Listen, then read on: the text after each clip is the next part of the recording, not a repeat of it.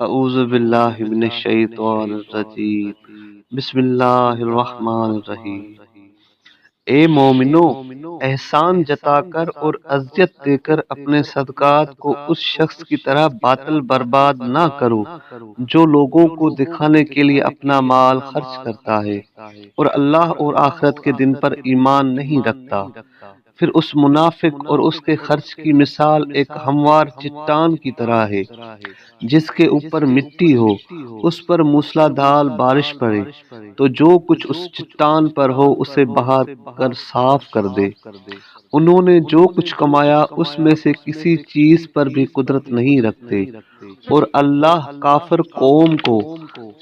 سیدھا راستہ نہیں دکھاتا۔ اور مثال ان لوگوں کی جو اپنے اموال اللہ کی رضامندی اور اپنے عقائد کی اصلاح کے لیے خرچ کرتے ہیں، ایک باغ کی طرح ہے جو کسی ٹیلہ پر ہو جس پر موسلا دھار بارش پڑے، پھر وہ اپنی پیداوار دگنی دے۔ اگر اس پر موسلا دھار بارش نہ بھی پڑے تو بھی ہلکی بارش یا شبنم ہی کافی ہو، اور جو کچھ تم کرتے ہو اسے اللہ دیکھنے والا ہے۔ کیا تم میں سے کوئی پسند کرے گا کہ اس کے پاس کھجور اور انگور کا ایک باغ ہو جس کے درختوں کے نیچے نہریں بہتی ہوں،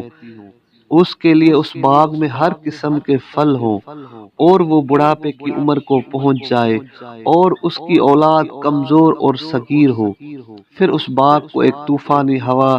جھلسا دے جس میں آگ ہو، پھر وہ باغ جل جائے۔ اسی طرح اللہ تمہارے لیے اپنی نشانیاں روشن کرتا ہے کہ شاید تم غور و فکر کرو۔ اے ایمان والو،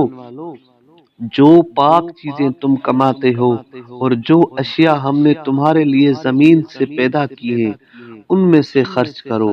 اور اللہ کی راہ میں ناپاک حرام مال خرچ کرنے کا ارادہ بھی مت کرنا، حالانکہ تم ایسے ناپاک مال کو اپنے کسی بھی حق کے بدلہ میں آنکھیں بند کیے بغیر لینے کے لیے ہی تیار نہیں ہوتے۔ اور جان لو کہ اللہ تعالیٰ بے نیاز بادشاہ لائق تعریف ہے۔ شیطان تمہیں مسکین و محتاج ہونے سے ڈراتا ہے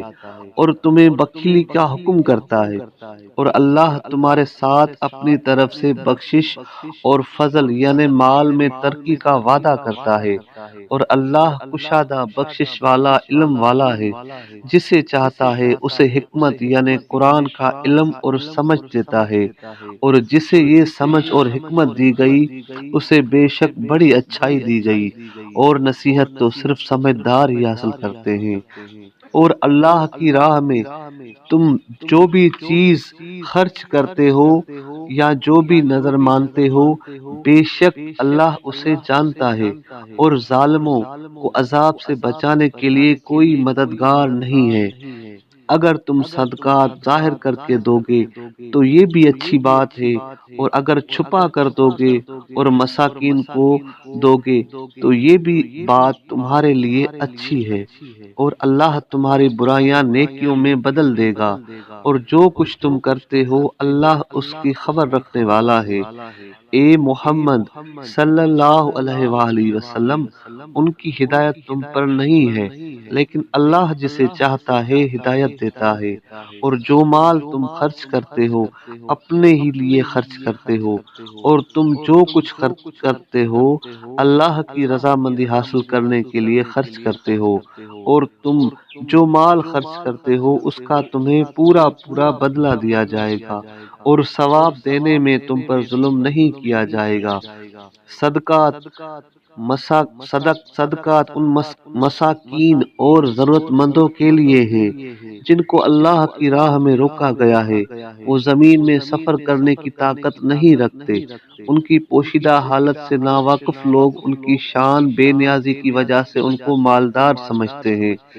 ان کو ان کی پیشانی پر سختی کے اثر کی وجہ سے پہچانو گے،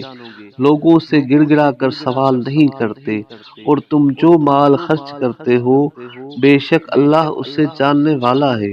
جو لوگ رات اور دن میں چھپا کر اور ظاہر کر کے اپنے اموال خرچ کرتے ہیں ان کے لیے ان کی رب کے پاس اس کا اجر ہے، اور ان کے لیے نہ کوئی خوف اور نہ ہی وہ غمگین ہوں گے۔